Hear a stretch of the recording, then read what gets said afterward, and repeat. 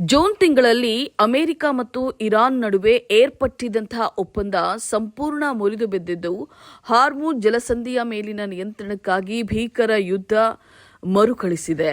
America ಪಡೆಗಳು ಇರಾನ್ನ military ನೆಲೆಗಳ ಮೇಲೆ ನಿರಂತರ ಬಾಂಬ್ ದಾಳಿ ನಡೆಸ್ತಾ ಇದ್ರೆ, ಪ್ರತಿಯಾಗಿ ಇರಾನ್ ಗಲ್ಫ್ ಪ್ರದೇಶದಲ್ಲಿರುವಂತಹ ಅಮೆರಿಕದ ನೆಲೆಗಳು ಮತ್ತು ನಾಗರಿಕ ಮೂಲ ಸೌಕರ್ಯಗಳನ್ನು ಗುರಿಯಾಗಿಸಿ ಡ್ರೋನ್ ದಾಳಿಯನ್ನು ನಡೆಸ್ತಾ ಇದೆ.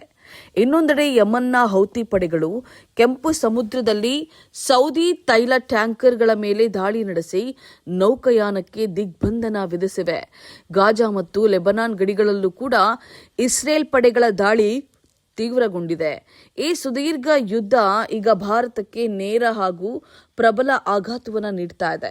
ಭಾರತವು ತನ್ನ 85% ಹೆಚ್ಚು ಕಚ್ಚಾ ತೈಲವನ್ನು ಆಮದು ಮಾಡಿಕೊಳ್ತಾ ಇದ್ದು, ಇದರಲ್ಲಿ ಅರ್ಧದಷ್ಟು ಭಾಗ ಹಾರ್ಮುಜ್ ಜಲಸಂಧಿಯ ಮಾರ್ಗವಾಗಿಯೇ ಪೂರೈಕೆಯಾಗ್ತಾ ಇದೆ.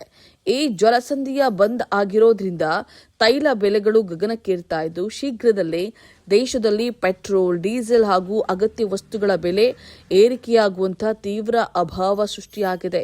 ಅಷ್ಟೇ ಅಲ್ಲದೆ ವಿಶ್ವಸಂಸ್ಥೆಯ ಇತ್ತೀಚಿನ ವರದಿಯ ಪ್ರಕಾರ ಈ ಯುದ್ಧದಿಂದ ಉಂಟಾಗಿರುವಂತಹ ಜಾಗತಿಕ ಬೆಲೆ ಏರಿಕೆ ಹಾಗೂ ಜೀವನ ವೆಚ್ಚದ ಭಾರೀ ಹೆಚ್ಚಳದಿಂದ ಭಾರತದಲ್ಲಿ ಸುಮಾರು 25 ಲಕ್ಷ ಜನರು ಹೊಸದಾಗಿ ಬಡತನಕ್ಕೆ ತಳ್ಳಲ್ಪಡುವಂತಹ ಆತಂಕಕಾರಿ ಸನ್ನಿವೇಶ ನಿರ್ಮಾಣವಾಗಿದೆ. ಆದ್ದರಿಂದ ಮುಂದೆ ಪರಿಸ್ಥಿತಿ ಯಾವ ಹಂತಕ್ಕೂ ಕೂಡ ತಲುಪುವಂತಹ ಎಲ್ಲಾ ಸಾಧ್ಯತೆಗಳಿದ್ದು, ಸಾರ್ವಜನಿಕರು ಅನಗತ್ಯ ಖರ್ಚುಗಳನ್ನು ಕಡಿಮೆಗೊಳಿಸಿಕೊಂಡು ದುರದೃಷ್ಟವಶಾತ್ ಆರ್ಥಿಕ ಮುಗ್ಗಟ್ಟು ಎದುರಾದ್ರೆ ಅದನ್ನ ಸಿದ್ಧರಾಗಬೇಕು ಅಂತ ಹೇಳಿ ತಜ್ಞರು ಸಲಹೆಯನ್ನ ನೀಡಿದ್ದಾರೆ.